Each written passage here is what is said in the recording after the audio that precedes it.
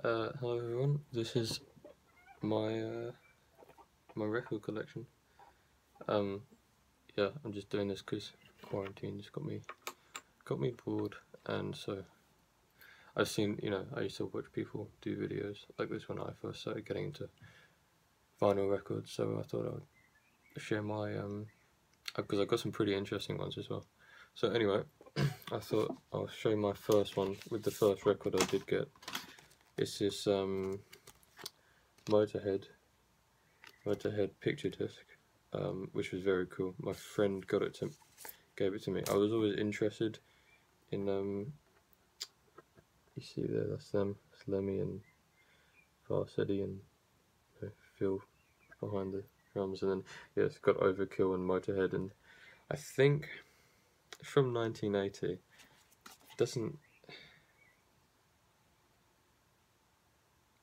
It doesn't actually say where it was recorded. I'm assuming it was Hammersmith, but I'm not entirely sure because that was 1980, I think, and this is 1980.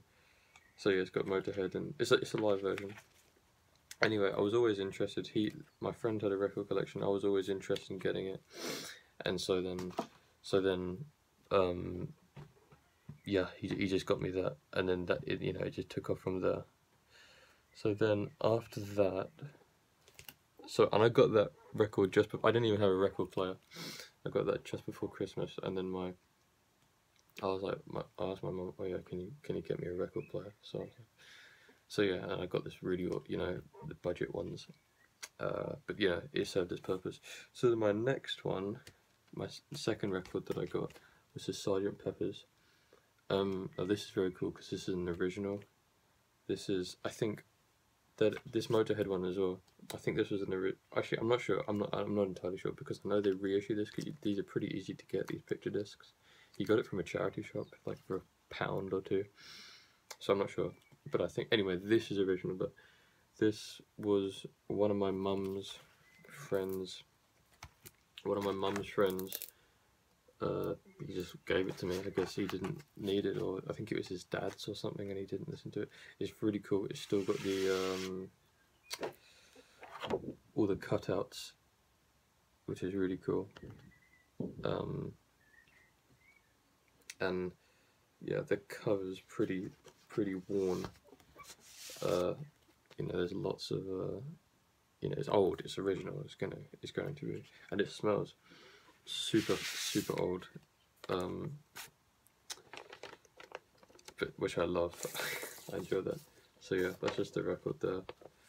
Standard 12-inch 12-inch LP. I assume this was bought. I don't actually know when this was bought, but I assume it was like when it first came out. I don't know. Then after this, I got this one from I was talking to my grandparents, and my granddad brought his record collection. So then I got this Cream one. I'm not sure why it's so worn, but it is.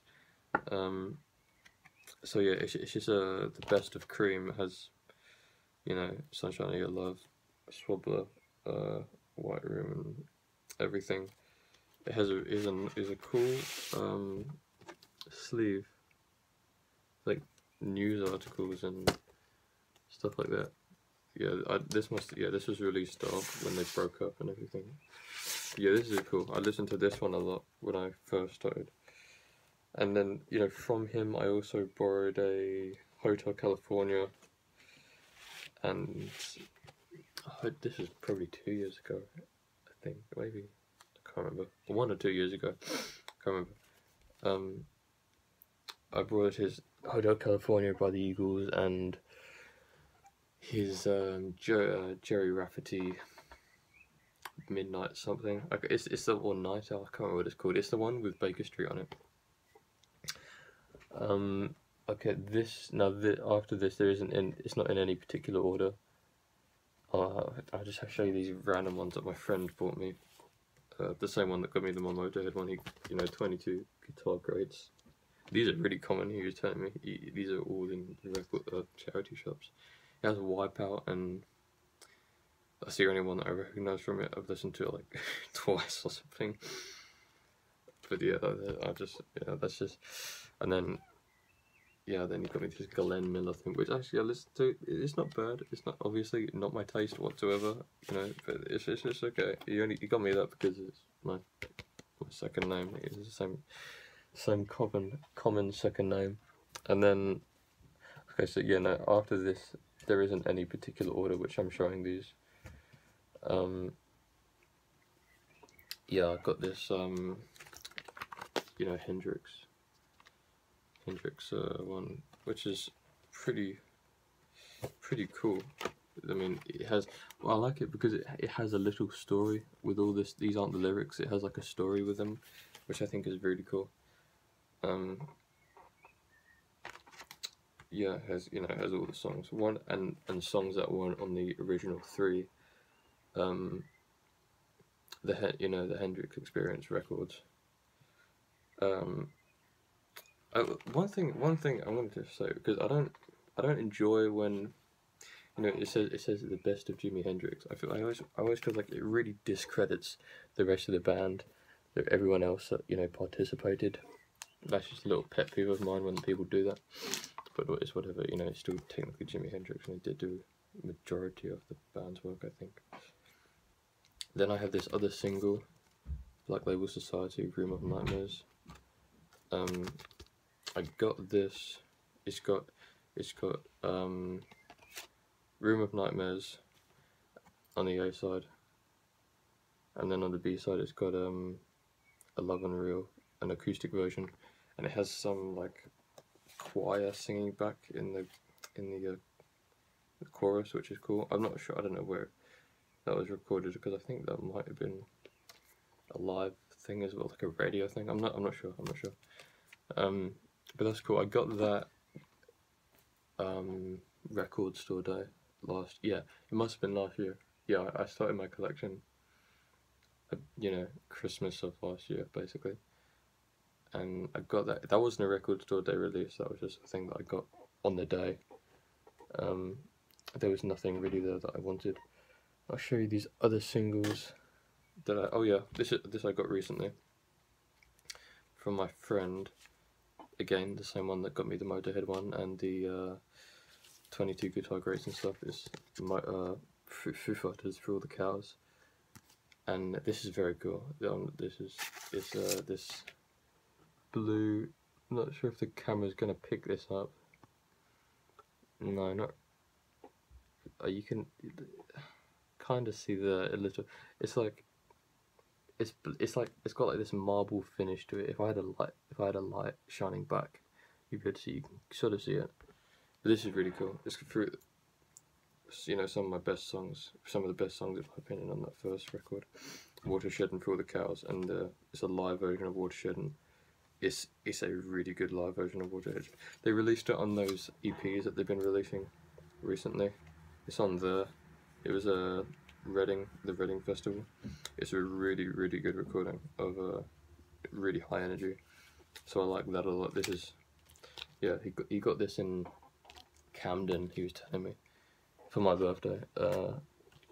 He got this in Camden, like at some dodgy record shop. I've got this Paranoid cover, this Paranoid record even. It's a little beat up, which is, I only got this Christmas actually, which I'm really surprised about. It's nothing much to say about this. This is a Paranoid record, standard Black Sabbath. There's in the photo.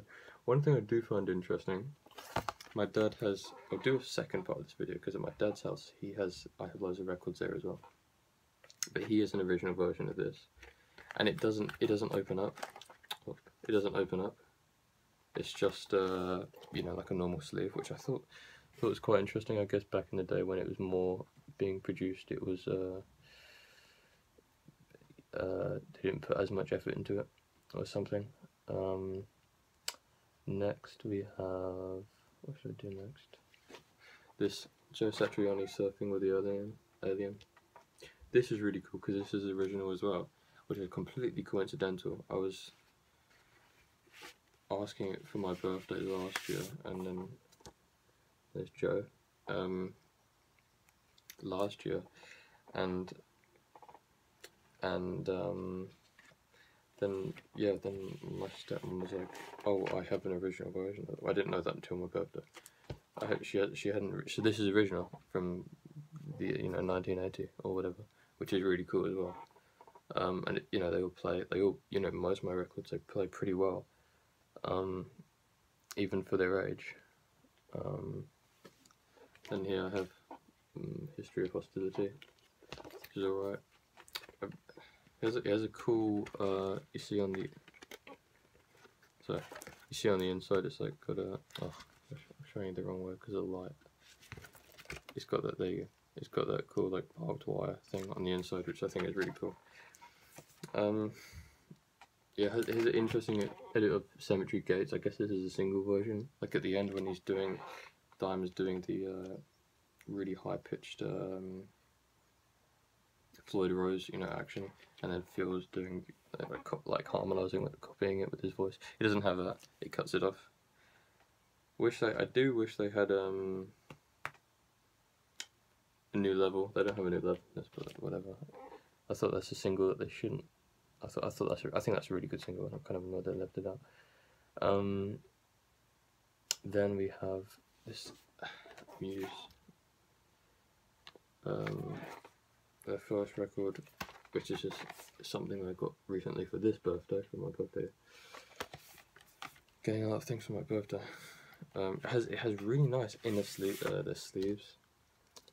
There's a lot of effort put into those, which I think is cool. Some good songs from this, particularly Cave. I love the song Cave. I love the bass work in it. Sounds really cool, and Falling Down as well. You hear Untinted's like kind of the bigger one from this album, but I think Falling Down and Cave are really, really great songs. Unintended is like very Falling Down is a very, very emotional song, I think, which is underrated. So yeah, you should listen to those if you get the chance. Second to last here is Primus. This is a reissue. I think because it was a Japanese, originally a Japanese, touring thing, and they stopped that. But they've reissued it since, and it has mainly covers on it. It has, Tommy the Cat, Bob's Party Lounge, and Too Many Puppies. Too Many Puppies is different. It's not the single version. It starts off with like the kick drum, and I think they have some phasers on the bass or something. It's different, which I prefer the single version, and it's basically a reason why I bought this in the first place, because I love that song. But yeah, many of these are covers except for the ones I said. The Metallica, the thing that should not be, it's good. And also this version has The Devil Went Down to Georgia, which wasn't before, on it before. And it has a live version of Tommy the Cat, which is really cool. So, anyway, look, this is really tasty. This is really nice. The light reflects there. It's really, like, it's cherry, apple red. It's really nice to look at, because I think you can still buy these. I don't know, because these were supposedly limited edition, but they've been, I don't know if the sales have been really bad or something, but I paid a lot for this as well. This one sadly doesn't play as good. I don't know why. I cleaned it and stuff. It was from America. That's the annoying thing, being in the UK. You buy them from America and you already have to pay loads for shipping, and then you have to pay import duties and stuff like that, and you get it and it's skipping and everything, which is the case with this one, which is annoying. But yeah, it does look really nice, and yeah, I think you can still buy these. There was this one. There was a brown album, which I think was in translucent orange, orange, sorry, and then there was I think the record order is like animals trying to be humans, or it's something like that. And that was in yellow, and yeah. So I think you can put. I think you still buy them. I'm not sure. I don't know because they were on for a while. Anyway, lastly, this is like my prized possession. I looked so hard for this record, and I finally have it. It's this. This was released in 1990, and it's a live radio session of Nirvana. It says I'll read at the back. It says 6th of May 1987, Chaos Olympia, Community Radio, Evergreen State College, Olympia, Washington, USA. So this is Nirvana's first radio session, so early that they weren't called Nirvana yet. They were still called Skid Row, and it has Aaron Buckhard on drums, and it has Love Buzz. It has actually, oh yeah, and there's a limited number because they reissued these there, and they reissued them with gallons of rubbing alcohol that flow through the strip, and actually, yeah, coincidentally, as of recording this video, the 27th of May, they started releasing songs from this record. Like they remastered them, and the songs. I saw there was Love Buzz, so there was Spank Through. So if you see them, if you see Chaos Olympia, radio session 1987, this is what, and it's on the box set. Probably a version of Pen Capture. White Lace and Strange and Anorexia are all from this, and Anorexia is a song that made me want this record so bad. I listened to that and thought that was the best song in the world. Definitely, buy them.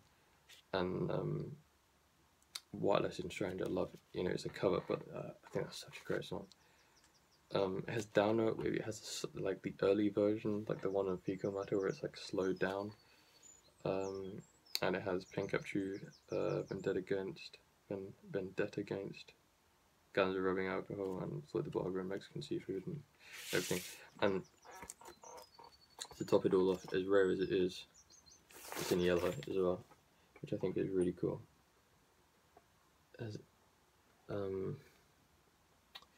I think I did see one that was in pink. I would have loved it if it was in pink. I think that would have been really epic. And there was also one where it was clear, I think. I don't know if these were originals or what, but I remember seeing them. But yeah, it was so funny how I bought this as well, because I was like on some strange, like record selling and buying site, and it was like I looked at this listing which I'd already seen before, and it said it was sold, but then I looked at it closer and it said that they still had one in stock. So I messaged the seller, "Do you have one?" I was like, "Yes, we have one." I was like, "Oh my word!" I've been searching this for so long, because I love that song Anorexia, and yeah, and I bought it. And it wasn't even that expensive either. It wasn't like loads of money. It was just standard price for a record, about £20. A little bit for shipping, but yeah, I was super lucky with that. So yeah, that concludes my record collection. I will do a part 2 of this, because I have more records at my dad's house, and there's some very cool stuff there as well. And yeah, so this is the end of this video. Like and subscribe. Keep safe. See you in the next one.